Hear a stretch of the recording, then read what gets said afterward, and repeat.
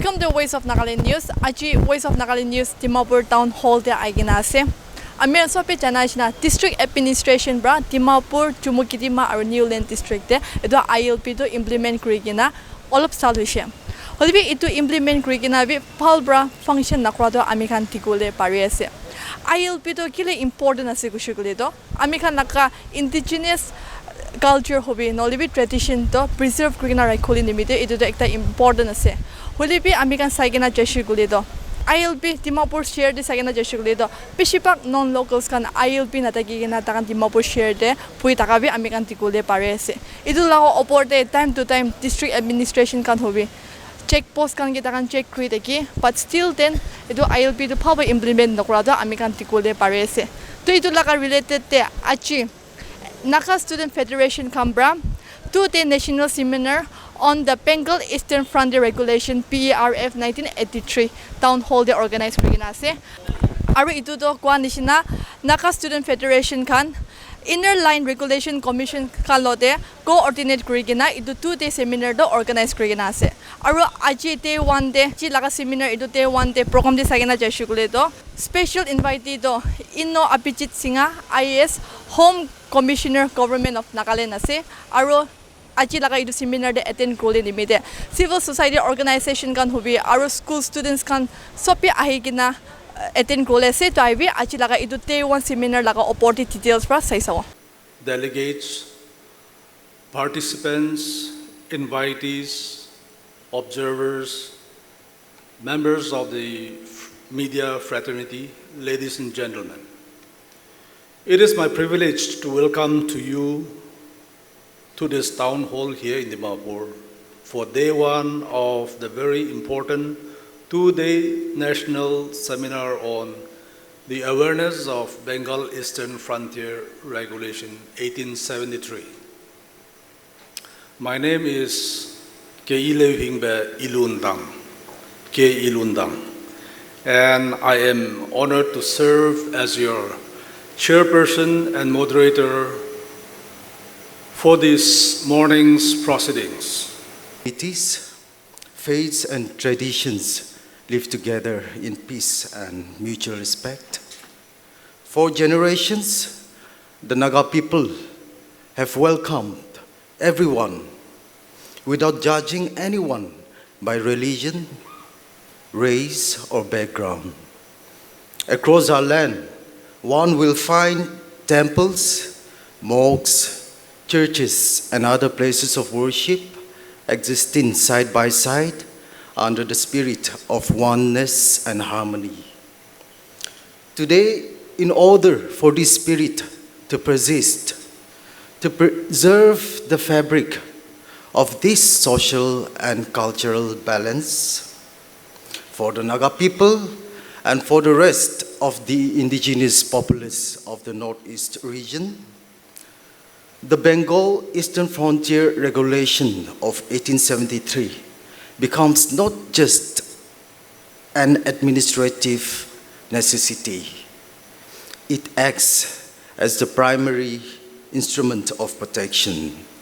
Ladies and gentlemen, it is my honor that I, on behalf of the Naga Students Federation, extends a very warm welcome to each and every one of us, more especially to our honored guests who came all the way from the mainland India and from across our neighboring northeastern states to this national seminar of the Bengal Eastern Frontier Regulation 1873, organized by the Naga Students Federation in coordination with the Inner Line Regulation Commission, NSF, here in Dimapur, Nagaland.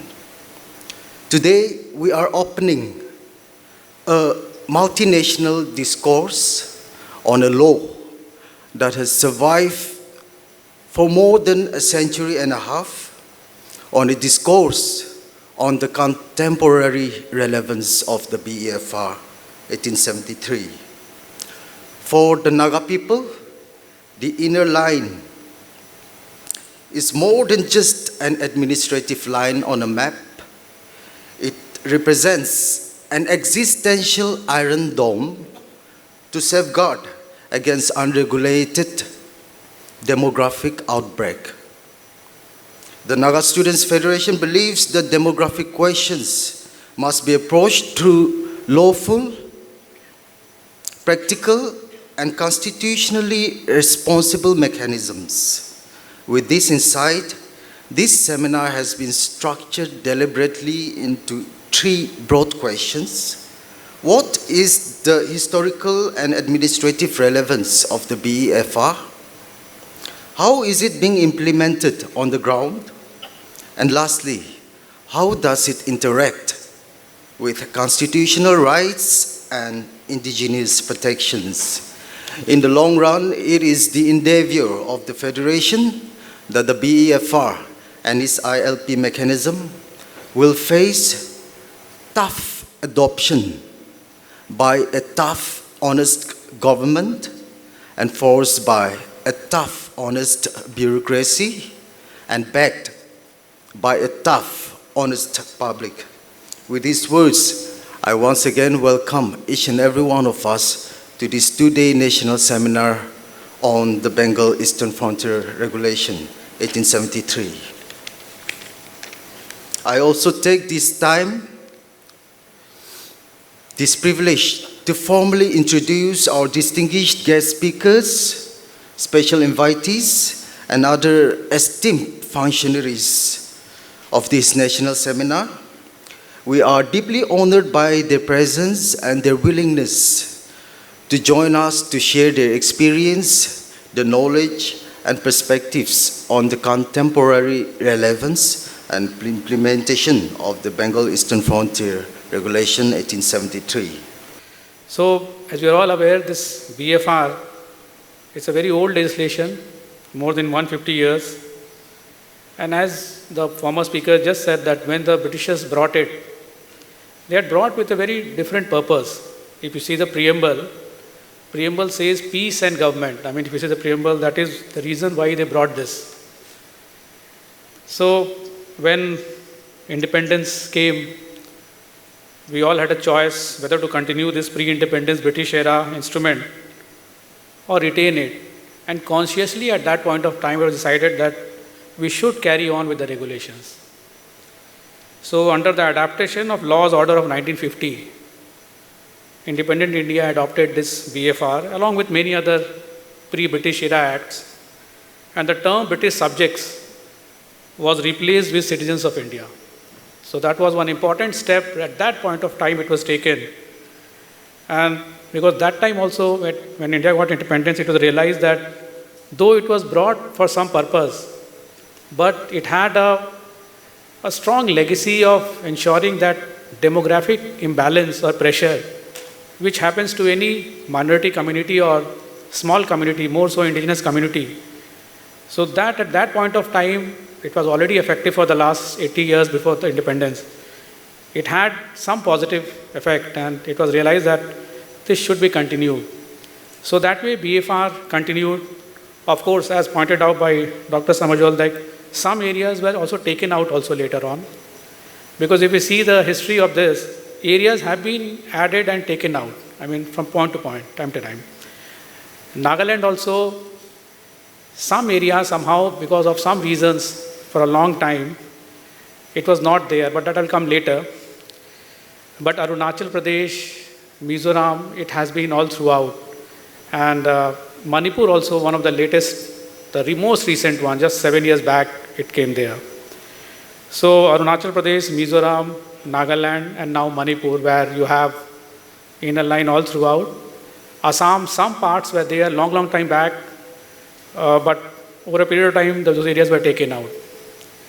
Now, in case of Nagaland, though it has been in some other states, the foundation of actually inner line regime goes even deeper. And the reason is that when this state was to be formed, we know this Naga People's Convention, they had this dialogue with Government of India. And when this historic 16-point agreement was being, not debated, it was discussed. So this continuance of the inner line regime was also put forward as one of the conditions. This should also be agreed to by the Government of India going forward when the state was to be formed. So inner line is not for us, for Nagaland, it's more significant, I am saying, because it is one of the conditions which was there, the 16, it has been pointed out, the 16th clause or 16th point of the 16-point agreement, where it was decided that it will continue and Government of India agreed. And that subsequently in 1963 we had the statehood. Then we all are aware, all our speakers will be aware that we have this Article 371A, so that is also came in. So both this Article 371A, which provides the land resources belong to the people and no act of parliament can be enforced in Nagaland without the assembly, Nagaland assembly giving its clearance. If they fall or if they have a bearing on the customary rights, our religious, our land resources. But how do you protect this? So BFR was already there. And when we talk about BFR, actually, overall, what I've noticed that we have only our focus on the entry part. But right there in 1873, as a former speaker also pointed out, the Section 7 of BFR also provided that no one from outside can have a land right here. So protection of land right, I mean, why it was done, what we had done, we can't right now understand the thoughts of the policymakers of that time.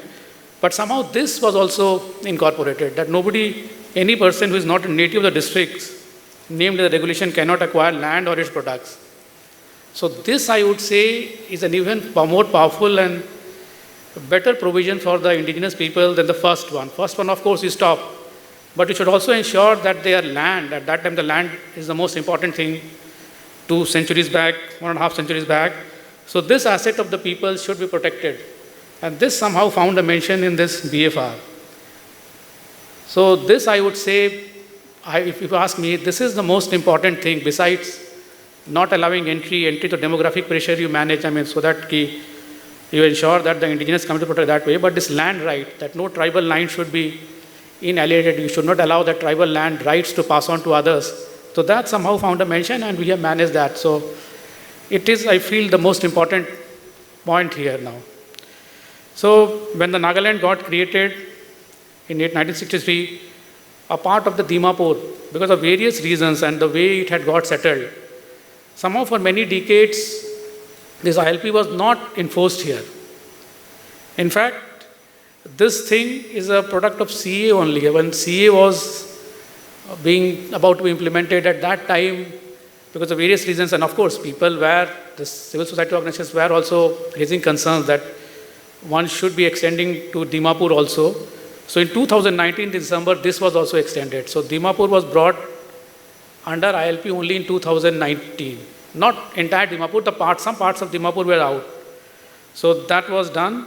And then after that, the entire Nagaland actually came under the purview of ILP. As section or regulation 2 of the Bengal Eastern Frontier provides that state government has the power to shift or change the inner line. It's very much there. So using that provision, the state government extended and covered those parts of Dimapur which were not covered earlier. So in 2019, December, this decision was taken and entire Nagaland came under the purview of ILP. But as it was not being implemented for a very long time and given Dimapur's history and legacy and settlers spread over many, I wouldn't say many centuries, but at least a century. So immediate implementation was a problem. So to ensure that smooth implementation, a cabinet subcommittee was also formed. So it had a very elaborated discussion with the non-Naga communities here, local communities. And then it was thought we better come out with another notification, making it very clearly, because by the time they finished their work, Dimapur was already carved into 3 districts. New land, Chumu had also come out. So there was some confusion in some quarters that whether it should be applicable to the new districts or new land. So that was clarified to no, it is for all the areas. So a new notification was brought out on 20th September 2024. And then, because we have to also look into the rights of those people also who had settled for very long, who had also come to have land rights. So a cutoff was made at 1963, 1st December, those who had settled before that, they could be allowed to have PRC, domicile certificate, and they were exempted from the requirement of ILP. Then in 79, one important thing has happened that on 21st September, a notification issued by government Nagaland, 1979, that Dimapur became a tribal belt. So that also was taken into consideration. Till that time also we should give, support to the rights of those people who had settled and got land. So another category was made. But from 22nd November 1979 onwards, it was like everybody should have ILP because there was no reason for the government or any right of their being considered because tribal belt it was declared and it was the tribal area people should have precedence. I mean, their right should have precedence over others. So these are the three categories which were made. And one very significant judgment also has come recently, which I would just thought I could share with you, like this question of the validity, constitutional validity, legal validity of BFR, that has always been debated. There are good reasons also because in other parts of the country, you don't have any regulation where you stop people from, because right to movement, right, that is a freedom, that is part of the fundamental right also. But there also, there are some reasonable restrictions government can always impose. And there is one very important part in the constitution where where you have ST population, their government can do that. So anyway, there were some persons who went to the Honorable Guwahati High Court also, they challenged. So just in June this year, this judgment has come out, and there the judgment has categorically upheld the powers vested to the state government as far as ILP is concerned. The judgment, in fact, they pointed out that regarding this constitutional transition, when 1947 we had this, our constitution came into being in 1950. So through that adoption, that adaptation order, that BFR has been taken by the government and is now in act. So on that also there was just confusion that the High Court laid to rest. In fact, on every point on which it was being challenged, the High Court said that the state government is in right to decide in what form and in what way to implement it. So this very important judgment, it came out on 16 June 2026, if I am not mistaken. So this judgment clarifies many of the things, and this is something since they vouched for the legal and constitutional validity of ILP. So not only Nagaland, all those states where it is being implemented, it gives clarity to them also. In general, they vouch for the legal validity of ILP, and whatever decision Nagaland government had taken for extending this to the 3 districts, that also automatically got covered. So I will invite all the resource persons, of course, like you would have already knowing about this, but in case you haven't, so this judgment could be read. It's a long judgment, but many of the issues which people will be debating here, the High Court has gone into it and they have given a clear decision in favor of government and in favor of ILP, that inner line regime. Now coming to this other administrative matters, like what previous speaker has mentioned, enforcement remain an issue, and the problem with enforcement is that whatever was true in say 60s, 70s, 80s, and with so many changes happening, that type of same enforcement you can't have in this century or today's, in this decade. So on our part also government has been doing, in fact in 2025, we have tried to move this entire ILP regime online because it's very difficult, very time consuming, very inconvenient for people to go to offices and get ILP. So why not? It is being done with many other services. So this also we have moved online now. So our entire thing is on our portal. Anybody who wants an ILP, he can scan the documents, upload it, and follow a process and get ILP. And the records also is easily available to all the law enforcement agencies also. So this is one attempt we are doing. But of course, like since many people are still not they don't find it so easy for them like to go to a portal and do it. That manual system is also going on. But our stress is that if more and more people come on this, it will be good for everyone. People who want ILP and those who want to implement also, and we can monitor also. Then last year also, again, what we did that with changing times, we have to keep on, our enforcement mechanism have to evolve.